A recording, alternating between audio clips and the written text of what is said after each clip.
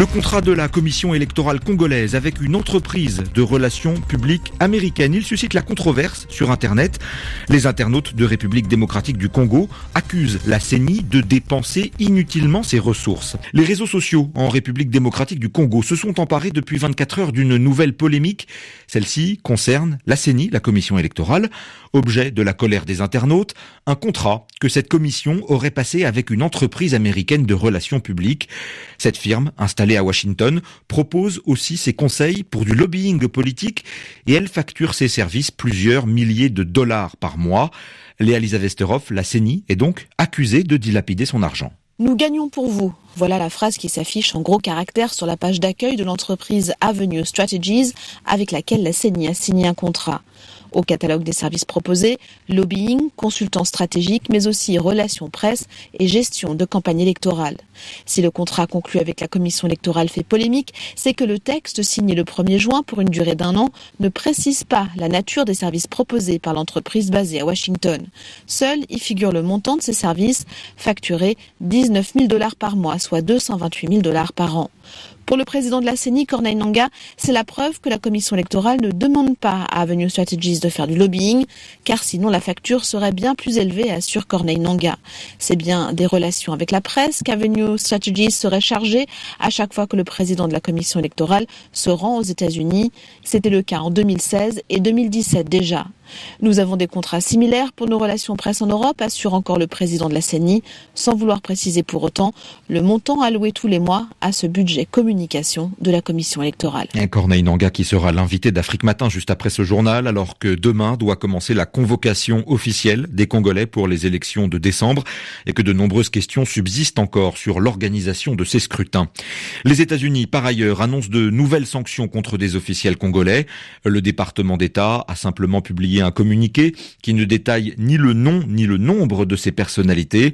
Il leur est reproché d'avoir contribué à, je cite, corrompre de manière significative le processus électoral en cours. Ces sanctions consistent en une interdiction de voyager sur le territoire américain. Et puis la corruption financière, elle, qui pourrait coûter environ 15 milliards de dollars par an à la République démocratique du Congo. C'est en tout cas le chiffre avancé par un conseiller du président Kabila, Emmanuel Lutzolo Bambi. Une somme à comparer aux 5 milliards de dollars de budget annuel du pays, dont la moitié est financée par des partenaires internationaux. Une étape supplémentaire vers la préparation des scrutins en République démocratique du Congo. Demain, samedi, doit avoir lieu la convocation des électeurs pour les 3 échéances. Les élections provinciales, législatives et présidentielles, elles sont prévues le 23 décembre prochain. Si les autorités essaient de se montrer optimistes, plusieurs questions doivent encore être résolues pour assurer que ce vote sera transparent. Citons par exemple le fichier électoral, dont l'OIF dit encore qu'il est perfectible, ou encore les machines à voter, dont la sécurité provoque encore quelques réserves. Le président de la commission électorale, Corneille Nangaa, est notre invité ce matin. Il répond aux questions de Florence Maurice. Bonjour Corneille Nangaa. Bonjour madame. Un rapport de l'ONG américaine The Sentry révèle des failles dans le système de sécurité de la machine à voter, avec la possibilité notamment de hacker les données pour connaître l'identité des votants ou intégrer de nouvelles données via les ports USB. Comment est-ce que vous comptez garantir la sécurité du scrutin ? Cette ONG n'a jamais vu la machine à voter et on ne parle pas de la même chose. Ils ont travaillé sur des machines similaires auxquelles ils ont eu accès. Ce ne sont pas les machines similaires parce que les machines que nous présentons sont au Congo. Pourquoi ne pas avoir donné accès aux machines ici au Congo, aux experts britanniques qui sont venus exprès pour ça, pour lever l'équivoque ? Les Britanniques ont été avec nous, on leur a donné accès. Nous avons fait l'expérimentation et leur mission se poursuit. Ils n'ont pas pu auditer la machine, c'est-à-dire réaliser un vrai travail de vérification sur la machine. Madame, nous n'allons pas partir d'audit en audit. Notre mission, ce n'est pas d'être audité. Notre mission, c'est d'organiser les élections. Et nous avons un plan logistique qui est déjà là. Et fin septembre, toutes les machines seront au Congo. C'est de cela qu'il est question. Nous travaillons pour les élections. Il y a une crise de confiance. Est-ce que cet audit n'est pas indispensable pour un scrutin dans lequel tous les acteurs ont confiance ? Madame, ma mission, ce n'est pas d'être populaire. Ma mission, ce n'est pas créer la confiance. Ma mission, c'est organiser les élections. Ce sur lesquels vous vous attardez, c'est vraiment des détails inutiles qui ne font que nous retarder.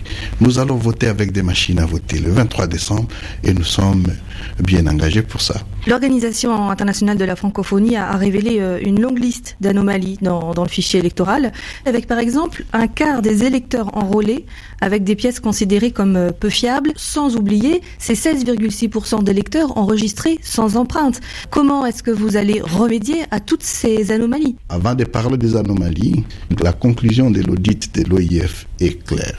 La République démocratique du Congo a un fichier inclusif, exhaustif et actualisé. Mais perfectible pour asseoir la fiabilité du scrutin. Il n'y a pas un fichier au monde qui soit parfait totalement. Dans le Sankourou, plus de 50% des électeurs sont enregistrés sans empreinte. Non, évidemment, ce n'est pas vrai ce que vous dites. Vous étiez dans la base des données. J'ai lu le rapport de l'OIF. Ce sont les affirmations des acteurs politiques. Donc l'OIF ment? Une fois encore, je voudrais vous dire que la question du fichier électoral est derrière nous. Nous nous préparons pour les élections le 23. Et le 23, on va voter avec un fichier électoral qui est actuel, exhaustif, inclusif. C'est ça la conclusion générale de l'OIF. Donc vous n'allez mener aucune investigation sur les anomalies soulevées par l'OIF? Nous n'allons pas mener des investigations. Nous allons mettre en œuvre certaines recommandations de l'OIF, dont la plus importante et l'affichage des listes provisoires. L'affichage commencera au mois de juillet, à la deuxième quinzaine du mois de juillet, de sorte que chaque Congolais qui voit que son nom n'est pas là, ou bien on a mal écrit son nom, on l'a affecté dans une mauvaise adresse, que ces Congolais fassent une réclamation. Et à partir du mois d'octobre, le 20 octobre, nous allons sortir les listes électorales définitives. Si vous voulez que nous revenions sur les fichiers, donc vous ne voulez pas des élections dans ces pays. Quelle est la nature du soutien que vous allez demander à la MONUSCO pour ces élections? Je n'ai pas de soutien à demander. Vous allez tout financer et organiser seul? Le gouvernement a pris l'option de ne pas demander assistance internationale pour ces élections. Ce n'est pas un problème de la CENI. Corneille Nangaa, merci beaucoup. Corneille Nangaa, président de la commission électorale congolaise, répondait à Florence Maurice.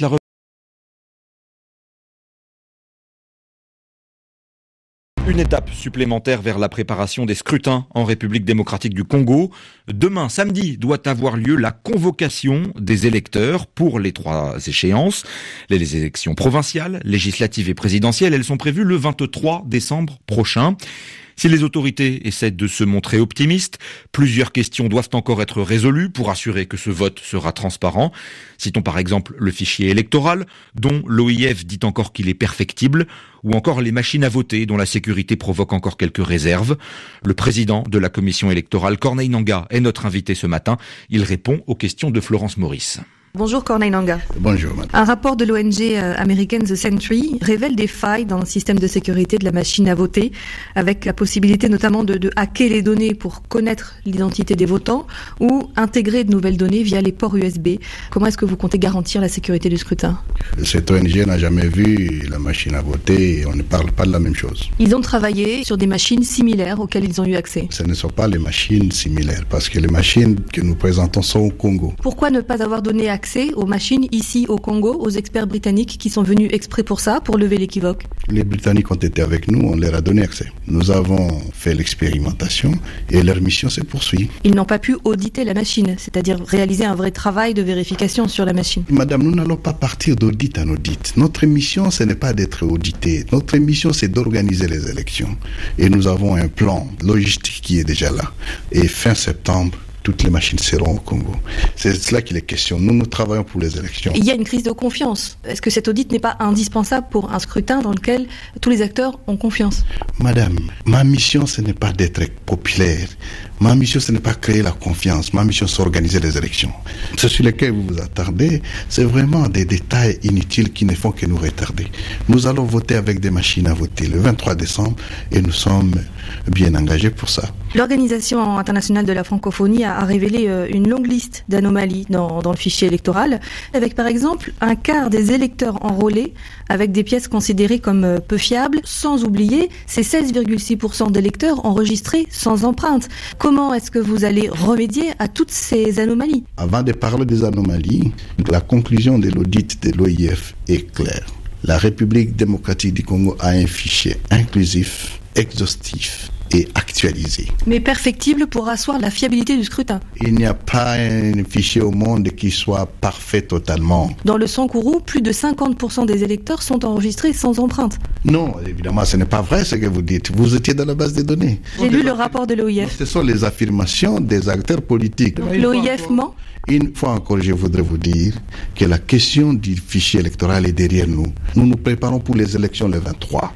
Et le 23, on va voter avec un fichier électoral qui est actuel, exhaustif, inclusif. C'est ça la conclusion générale de l'OIF. Donc vous n'allez mener aucune investigation sur les anomalies soulevées par l'OIF ? Nous n'allons pas mener des investigations. Nous allons mettre en œuvre certaines recommandations de l'OIF, dont la plus importante et l'affichage des listes provisoires. L'affichage commencera au mois de juillet, à la deuxième quinzaine du mois de juillet, de sorte que chaque Congolais qui voit que son nom n'est pas là, ou bien on a mal écrit son nom, on l'a affecté dans une mauvaise adresse, que ces Congolais fassent une réclamation. Et à partir du mois d'octobre, le 20 octobre, nous allons sortir les listes électorales définitives. Si vous voulez que nous revenions sur les fichiers, donc vous ne voulez pas des élections dans ces pays. Quelle est la nature du soutien que vous allez demander à la MONUSCO pour ces élections ? Je n'ai pas de soutien à demander. Vous allez tout financer et organiser seul ? Le gouvernement a pris l'option de ne pas demander assistance internationale pour ces élections. Ce n'est pas un problème de la CENI. Corneille Nangaa, merci beaucoup. Corneille Nangaa, président de la commission électorale congolaise, répondait à Florence Maurice.